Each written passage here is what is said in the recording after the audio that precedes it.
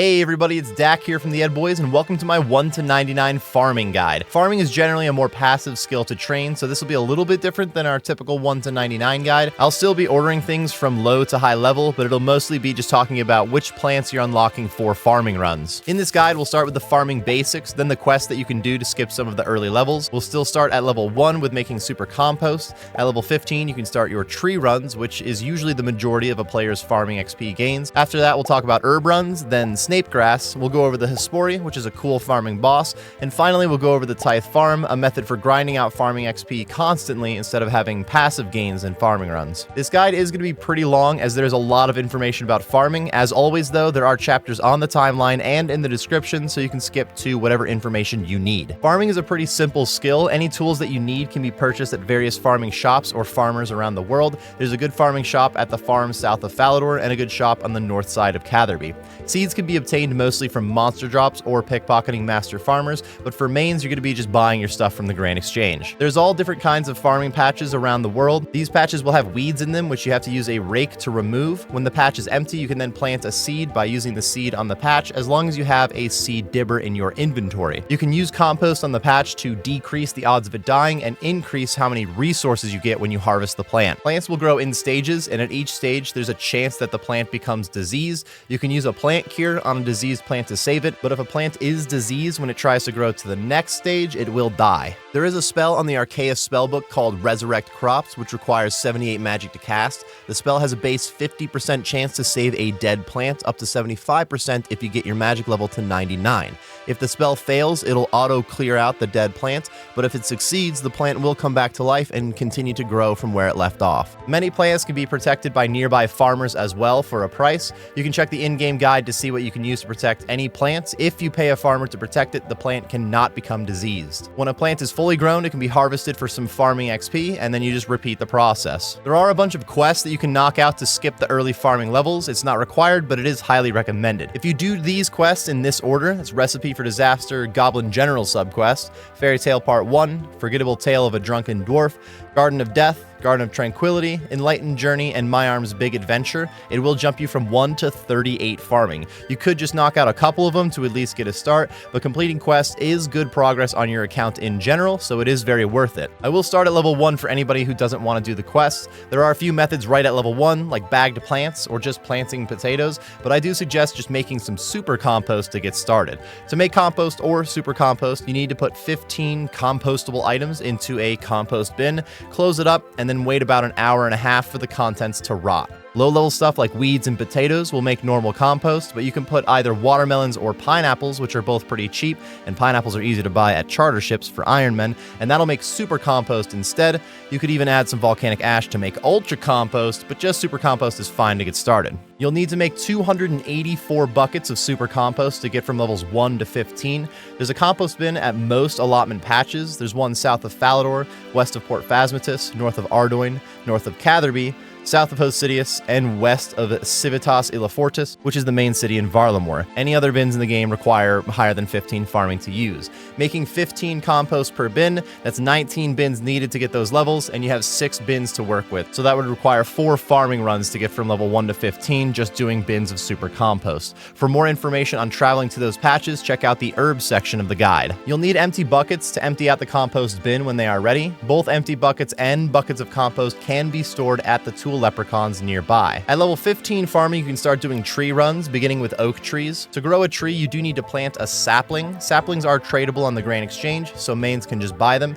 To make a sapling, you need to use a seed on a full plant pot while having a gardening trowel in your inventory. You'll then need to water it using a watering can, and a watered seedling will turn into a sapling on the next farming cycle. Farming cycles happen every 5 minutes. You can plant a sapling in a tree patch and protect it by paying the nearby farmer, or you can use ultra compost on it to give it a pretty low chance of getting diseased, though protecting the patch will make it 0% chance of getting diseased instead, and it is easy to check what item is needed to protect a tree by looking in your in-game farming guide. Trees take much longer to grow than other plants. When a tree is fully grown, you can check health, which is where you get the majority of your XP. After getting the check health XP drop, you could chop the tree down into a stump, then use a spade to clear it, but it's a lot faster to just pay the nearby farmer 200 coins to remove the tree for you, then replant another sapling. Ultra compost compost or pay the farmer to protect it and go do something else for a few hours. So you'll start with just standard trees, but there's a couple different types of trees, each having a separate type of patch that you got to use. You've got standard trees, which are like oak, willow, and maple, fruit trees like apple, banana, oranges. Then there's hardwood patches where you can plant the teak or mahogany trees, and there's a few special patches including the calquat patch, celestris patch, crystal patch, and the redwood patch. You don't have to plant every tree in the game to be getting XP, but there are a lot of options for being able to get more XP per day in farming. I'm going to go over each location of the tree patches and some ways to travel there, then we'll show how a full tree run looks. There are 6 standard patches. Standard trees are often the quickest to grow, so you'll usually be replanting your standard trees on every tree run. The patch behind Lumbridge Castle is the simplest one, since the Lumbridge teleport is the best way to get there. There's a patch in the Varrock Castle courtyard, very easy to get there with a Varrock teleport, and there's a spirit tree at the Grand Exchange that you could use for travel as well, which can be helpful for getting to other patches, or a teleport to the Grand Exchange gets you close to this Varrock patch. There's a standard patch in the Falador Park, very easy to get there with a Falador teleport, though the Ring of Wealth has a Falador Park teleport option, so players with a maxed out jewelry box in their home might find that that's the best way to get there. There's a patch in Taverley just north of the Falador one, so you could just run from the Falador Park. You could move your house to Taverley and just teleport outside the house, and it is possible to use a Scroll of Redirection on a house tab to turn it into a Taverley teleport. Even a Games Necklace to Birthwarp is not the worst option. The next patch is the Gnome Stronghold, very easy to get here with a Spirit Tree once you've completed the Gnome Village and the Grand Tree quest, which can be really nice for traveling from the Varrock patch using that Spirit Tree at the Grand Exchange. A Slayer Ring has a great Gnome Stronghold teleport, and the Royal Seed Pod from Monkey Madness 2 is a good telly here as well. Finally, we have a tree patch in the Farming Guild, which does require 65 farming to have access. There's a Fairy Ring code CIR, which is not very far from the Farming Guild, which I use often, but the Skills Necklace has a great Farming Guild teleport on it as well, so again, players with a high-level jewelry box in their home might find it to be advantageous. There are 6 fruit tree patches in the game as well. All of the fruit trees take 16 hours to grow, so usually every like 2 or 3 standard tree runs, you'll add in some fruit trees as well. The lowest level tree is an apple tree starting at 27 farming, so that's the level when you should start doing some fruit tree runs. There's a patch in the Tree Gnome Stronghold, very close to that regular tree patch in the Stronghold, so you can just travel there the same ways. The Spirit Tree is good, Slayer Ring has a good teleport, and Royal Seed Pod is pretty good as well. There's a patch in Catherby, the fishing town southeast of Camelot. There is a Catherby teleport on the Lunar Spellbook, which is a little bit better to just set up a portal in your house for that, and a Camelot teleport isn't that bad either. There's a charter ship at Camelot, but for my tree run, I usually take that charter ship from Camelot to Brimhaven to get to the fruit tree spot. There is a player-owned home portal in Brimhaven, so you could move your house there or use those Scrolls of Redirection on a house tab to make Brimhaven tabs, and there is a Spirit Tree patch here, which is helpful for traveling once you can grow a Spirit Tree. You could also use an Ardoin teleport and then take that boat at the Ardy docks to Brimhaven, which does cost 30 GP. There's a patch just outside the Tree Gnome Village, which is very easy to travel to with a Spirit Tree or the Fairy Ring code CIQ. There's another patch in Letya, which requires starting Morning's End Part 1 to have access to the town. The only realistic way to travel here is a Crystal Teleport Seed, which can be obtained as a drop from the elves within the town. These can teleport you directly to Letya or Privdinus once you've completed Song of the Elves. And then finally, there's one more fruit tree patch in the Farming Guild, which does require 85 farming to use. The CIR Fairy Ring, not bad for getting to the Farming Guild, but the Skills Necklace is the best teleport. There's 4 hardwood patches in the game, but only 2 different locations since 3 of the patches are on Fossil Island. Hardwood trees are teak trees, which require 35 farming, and mahogany trees, which require 55 farming. To get to the Fossil Island patches, you want to use the Dig Site Pendant. You can either teleport to Fossil Island and use the mushroom system to go from the mushroom meadow and run it out, or you could teleport to the dig site, take the barge, and then use the agility shortcut. Either way, you're going to be using the Dig Site Pendant to travel here. The other hardwood patch is in Varlamore, and it does require completing the Riveting Tale of a Lilypad Labor Dispute, which is a pretty easy quest with the scariest boss of all time. There's a Fairy Ring code AJP, or you could use your Quetzal Whistle. You could even teleport to Civitas Illafortis, which is a spell on the standard spellbook, and just run south. Then we have a couple of special trees. The Calquat tree has a single patch located on Karamja. It requires 72 farming and takes about 21 to 22 hours to grow. So basically at 72 farming, you add 1 tree per day for an extra 12k XP. It's super easy to run to this patch just from the fruit tree patch in Brimhaven. The crystal tree requires 74 farming to grow, and the only patch is in Privdinus, so you do need to complete Song of the Elves, and a crystal teleport seed is the best way to travel to it, really the only reasonable way to. The crystal tree will never get diseased, so you can't pay the farmer to protect it, and then when it's fully grown, you can check the health for 13k XP, and then you can chop it down for some crystal shards. The crystal tree takes 8 hours to grow, so it can be done a couple times a day, and you can trade crystal weapon seeds to this farmer for crystal acorns, basically making the seed tradable. The one Solastris tree patch is located in the farming guild and requires 85 farming. You can protect the tree by paying the farmer 8 potato cactus. The tree takes a little over 13 hours to grow, so you won't be checking this one on every tree run, but it is a bonus 14k farming XP whenever you get it. You can chop Solastris bark off the tree when you check its health, which can be fleshed into battle stabs, so they are pretty valuable compared to harvests from the other trees. Finally, we have the redwood tree, also located in the high level section of the farming guild. These trees require 90 farming, and you can pay 6 dragon fruit to protect the tree with the nearby farmer. It does take like 4.5 days to grow for 22k XP, which is a bit weak for taking 4 days, but it's just a bonus patch in general. The more tree patches that you're using on your farming runs, the more XP that you are getting over time. Let's put this all together for a full example tree run real quick. We're hitting every tree patch on this run, so I've got a pretty full inventory. I'm leaving a few saplings in the bank that I will grab at the farming guild. I'm first hitting up the standard tree patches. I have yew saplings and then some cactus spines to pay the farmer to protect them, and I'm mostly using the stuff in my house to teleport, which is saving inventory space. We're first headed to the Lumbridge patch. Clearly, if this is your first run, there won't be a tree in the patch already, but for any runs after you first plant, you'll be checking the health of the tree first. Then I pay the farmer 200 coins to clear the patch, use a sapling on the patch to plant it, and then click on pay farmer to pay them some cactus spines, and now the plant is protected. I house tab to my Varrock portal in my house. You do not have to have a portal nexus for tree runs by any means. At lower construction levels, you can still build portal rooms with individual portals for each location, and then if you haven't done any construction, you can still bring teleports in your inventory, whether that be runes or teleport tabs. You'll then just potentially have to hit up some banks mid-trip to deal with inventory space. Check the health of the tree, pay the farmer to clear it, plant a new tree, pay the farmer to protect it, and we teleport to the next one. I'm using the Falador Park teleport on the Ring of Wealth out of my jewelry box, but it's not that much better than just using a regular Falador teleport on the standard spellbook.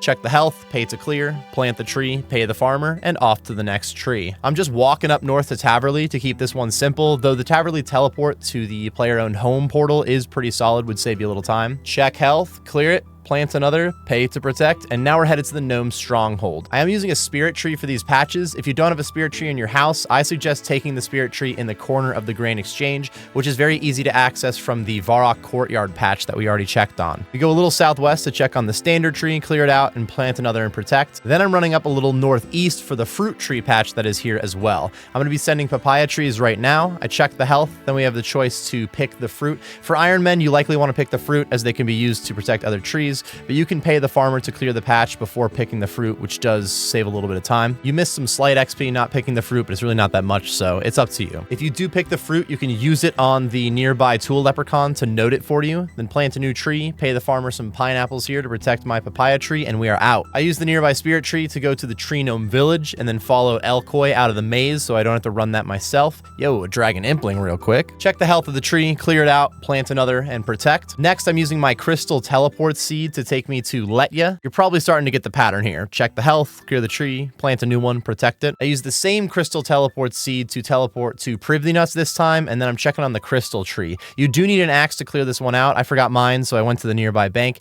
You can't pay the farmer to clear it for you, but that's fine. You don't want to do that anyways. With an axe, you're going to chop the tree very quickly, and then you're rewarded with some crystal shards. After that, I plant another one, and we don't have to protect this as crystal trees can't get disease. Next, I'm headed to Catherby using the Catherby teleport in my portal nexus, and then I run to the tree on the east side of town, check the health, clear it out, plant another, protect it, and then I run over to the charter ships to take those to Brimhaven. There is a fruit tree patch very close to the charter ship, so we're going to check that one and send it real quick. Then real quick, I'm going to go over to the spirit tree patch close by. Spirit Spirit trees are very slow to grow, and the seeds are pretty rare, so not very often are you adding a spirit tree to your run, but it's still some bonus XP when you do have it. Then we're running south to get to the Calquat tree location and repeating the process. Check health, clear patch, plant a new one, protect it. And I've now used all the saplings in my inventory, so we're headed to the farming guild to send those trees. We've got one standard patch, one fruit tree patch up north, Celastris tree patch, and finally a redwood tree in here, all with the same process. We're just checking the health, clearing out that tree, planting another sapling, and protecting it. I then go to the bank, grab 4 hardwood trees from the bank. That's 4 mahogany saplings and my bottomless compost bucket with ultra compost. I use the dig site pendant in my house to teleport to Fossil Island, and then I send all 3 of those trees. It looks like I checked the health of these ones without replanting last time I did this, but let's go ahead and replant all 3 trees. And then I just simply ultra compost these ones. I do like protecting trees a little bit more than just relying on ultra compost, but the ultra compost is still viable for protecting the majority of your trees. I then send a Civitas Illifortis teleport and run far south to get to the hardwood tree patch in Varlamore and plant a new mahogany tree. That's basically all a tree run is. Take your saplings, go to each patch location with a finished tree, check on the finished one and replant it. If you have any questions about tree runs, let me know in the comments and I'll get back to you as soon as possible. Time to move on to herb runs. This works similar to tree runs, but herbs only take an hour and 20 minutes to grow, so you can do them a lot more often. You get less XP from herbs than you're going to get from trees, but the herb runs can make a lot of money for very little effort as well. You can start herb runs as low as 9 farming. I really don't suggest doing your herb runs until you get to 32 and you can start to do Ronars, though the lower level herbs aren't like a waste of time by any means. Herbs cannot be protected by the nearby farmers, so you do need to rely on compost to save the seeds. Ultra compost is pretty cheap and pretty easy to get your hands on, so I highly suggest using ultra compost. It increases the amount of herbs you get and it helps keep the plant alive, so it's very worth it.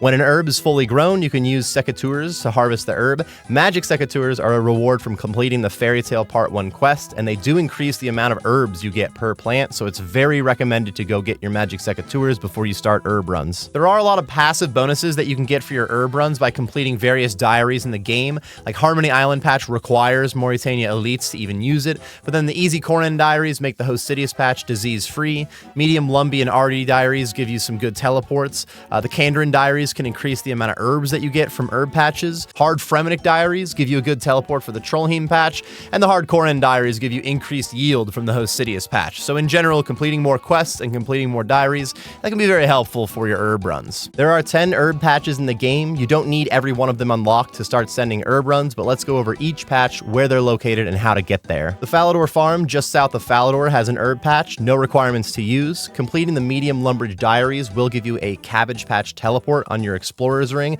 which is a phenomenal teleport to this patch. You only get 3 tellies per day unless you complete the hard Lumbee diaries, then it's unlimited. A ring of elements to the air altar is not bad. An amulet of glory could send you to the Draenor village, and even just like a normal Falador teleport to get to Falador and running south is a bit of a run, but it still works. Next, we have an herb patch near Port Phasmatis. You need to complete the Priest in Peril to have access to this area. Completing the Ghost Ahoy quest will also give you an Ectofiel, which is unlimited teleports to the Ectofuntus, which is very close to the patch. There is a fairy ring code ALQ nearby, and you could use charter ships or some other teleports on different spellbooks, but really should just get the Ectophile teleport. Next is the Catherby patch. There's a Catherby teleport on the Lunar spellbook, which can also be made into a portal in your player-owned home, which is super convenient. If not, I would just use the Camelot teleport instead, which is on the standard spellbook. Just northwest of Ardoin is another herb patch. Completing the medium Ardoin diaries will give your Ardoin cloak a farm teleport, which does teleport you right to this patch. Just like the cabbage port for that Falador patch, you only get 3 teleports per day unless you complete the hard Artie diaries, which will make it unlimited teleports. The skills necklace can teleport you to the fishing guild, which is more helpful if you have a high level jewelry box in your house.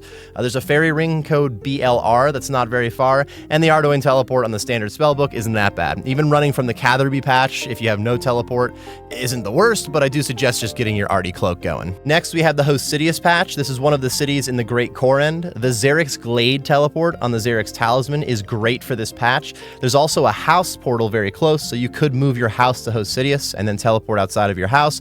You could also use the Scrolls of Redirection on a house tab to turn them into Hostidius teleports. There's a fairy ring code AKR nearby as well, and you could use a minigame teleport to the Tithe Farm to get close. I mostly suggest grinding out your Xerix Talisman for this one. The next patch is on top of the Troll Stronghold. You need to complete my arm's big adventure to have access to the patch, and it is a disease-free patch, so your herbs will never die here. If you also complete making friends with my arm, you'll unlock the Stony Basalt teleport, which teleports you right up to the agility shortcut that requires 73 agility to use. If you have 73 agility and you complete the hard Fremenic diaries, you'll actually be teleported just past the shortcut, saving you even more time. Otherwise, you want to use a Trollheim teleport on the standard spellbook. This is going to take you to the top of the nearby mountain, and then you got a little bit of a run. You do save some time with this agility shortcut, which requires 73 agility. Even if you got to take the full run from the Trollheim teleport, this is a solid patch to unlock. The Harmony Island patch is probably the toughest to unlock. It does require the Mauritania Elite Diaries. There's a Harmony teleport on the Arceus spellbook, though you can make that into a teleport tab. The mostly harmless teleport scrolls are pretty solid, and honestly, you can just use the Ectophile teleport for the Port Phasmatis one, and just take the boat from Port Phasmatis to mostly harmless, and then take Brother Tranquility to Harmony Island. There's a patch in Weiss, which you unlock by completing Making Friends with My Arm, the same quest that gives you the Stony Basalt teleport for the Trollheim patch. You do have to build a Fire of Nourishment for this patch to work, which costs about 35k in supplies. This is also a disease-free patch, so your herbs will never die here. The best and only reasonable way to travel here is the Icy Basalt. You could use the fairy code ring DKS and run up to Larry and take his boat to Weiss as well. There is an allotment patch in Varlamore, which has an herb patch for you. The quickest way here is to teleport to the Hunter's Guild using either the Quetzal Whistle or the Hunter's Skill Cape, and then walk north. You could also use the Civitas Illifortis teleport on the standard spellbook, then take the Quetzal transport to the Hunter's Guild and run north, or you could just run directly west from the Civitas teleport. Finally, we have an herb patch in the Farming Guild. This does require 65 farming to use. The Skills Necklace has a great Farming Guild teleport on it. You could use the Lowicain minecart system to get to the guild, and there's also a fairy ring code CIR that's really not that far of a run. Let's look at what a full herb run looks like real quick. So I've got 10 Ronar seeds in the inventory. I've got my bottomless compost bucket for ultra compost, and teleports are at the bottom of the inventory. I first use my Artie Cloak to the Arduin patch. If you spam click on the patch to start harvesting it, your character is going to begin picking the plants a little bit faster, kind of like 2 at a time. Once the patch is empty, I use my compost bucket on it. If you don't have the bottomless compost bucket, it is best to just store your ultra compost at the Tool Leprechaun and have him hold onto your buckets for you as well for inventory space. I plant another seed, and then I use one of my herbs on the leprechaun so that he will note them for me, and we're off to the next patch. I house teleport to use the Catherby teleport in my Portal Nexus, though a Camelot teleport would work fine here. Spam click the patch for a moment. While you're spam clicking, it doesn't necessarily help. It's like spam click it for a couple of ticks and then stop, and then you'll see your character start harvesting a little bit faster. Use the compost on the now empty patch, replant a seed, note the herbs at the leprechaun, and then I use my explorer's ring to teleport to the Falador farm. This plant has died, unfortunately, so we're just digging it up, using ultra compost, replanting another, and then I use my Xerix talisman, which I'm currently wearing, to teleport to Hosidius. Spam click this patch, let my character finish harvesting, ultra compost, plant another seed, note the herbs at the leprechaun. Hopefully you're getting the idea at this point. I'm using my Ecto Field to get to Port Phasmatis, which unfortunately has some dead herbs again. It's not really ideal to be losing multiple patches in one trip, but it definitely happens. Clear it out, ultra compost, plant another seed, and next patch. I'm using the Ecto Field again. This time we're running through town over to Bill Teach's boat, which can take me to mostly harmless, and then we take Brother Tranquility over to Harmony Island and send this patch. And then the Tool Leprechaun is over here by the allotment patch. Look out for those zombies. Next, we take the Stony Basalts over to Trollheim. This saves a ton of time over using the Trollheim teleport on the standard spellbook, but it is still worth having this patch even if you've got that bit of a long run from the top of Trollheim Mountain. Next, I send the Icy Basalt to get to the Weiss patch, harvesting a ton of herbs from this one. Sheesh. Ultra Compost, replant, note the herbs at the Leprechaun, and bounce. For this Varlamore patch, you do have to complete the Children of the Sun quest just to have access to like all of Varlamore. I take the Civitas Illifortis teleport, which can be found on the standard spellbook.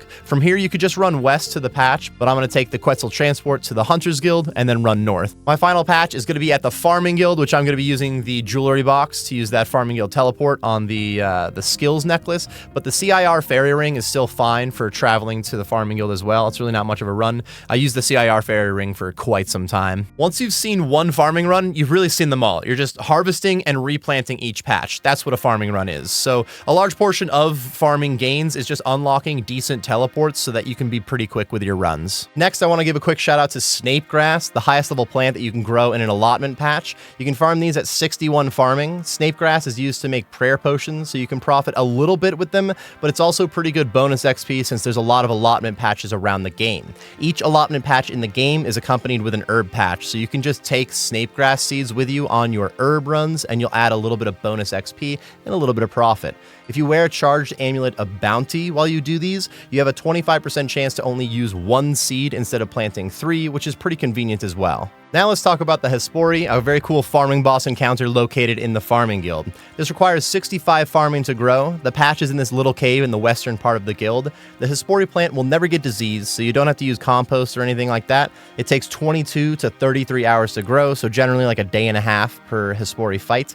You can obtain Hespori seeds just when you're harvesting like any other plant. They're fairly rare, but if you're consistent with your farming runs, you should have plenty of Hespori seeds to use. The fight is pretty easy. You should be able to manage this with like 60 plus melee stats and a dragon scimitar. The higher your stats, the easier any boss encounter in the game is going to be though. It's weak to slash, so a whip is a very powerful option as well. It uses range and magic attacks. Generally, if you're in melee gear, you should probably be protecting magic and just tanking those range hits. At the very beginning of the fight, 1/3 and 2/3 of the way through, you won't be able to hit the Hespori. You instead have to run around and one-hit each of the flower buds that have spawned, which is very easy to do. And then sometimes it'll entangle you in vines, which you have to spam click to try and move to get out of those. That's the most dangerous attack, but you do have plenty of time to get out of it, so it's a very easy fight. Once you kill the Hespori, you can loot its body for 12.6k farming XP and some seeds. You'll always get some Anima Seeds and then a random seed from the rest of the table, often herb seeds or tree seeds. You also have a 1 in 35 chance for the bottomless compost bucket. The Anima Seeds are pretty sweet. There's 3 different kinds of them: Addis, Chronos, and Iosaur seeds. There's just one patch that you can plant them in right outside of the Hespori's lair, and they require 76 farming to plant, a little bit higher than the requirement for fighting the Hespori. These plants work differently than others. They take 3 to 3.5 days to grow, and they'll die as soon as they are fully grown. You don't harvest anything from them. Instead, while the plant is growing, it gives you passive effects on your other plants growing around the world. If you have an Addis plant currently growing in your Amina patch, you get a 5% increase in yield, or in other words, you harvest more stuff from your other plants. If you have a Chronos plant growing, your other plants will have a chance to skip a growth stage, and all patches of the same type will skip it. So like your standard trees could all grow faster, and if it works on your trees, it'll work on all of them, so you can make that tree run a little bit earlier. Finally, if you have an Iosaur plant growing, it'll decrease the chance of any other patch getting diseased by 80%.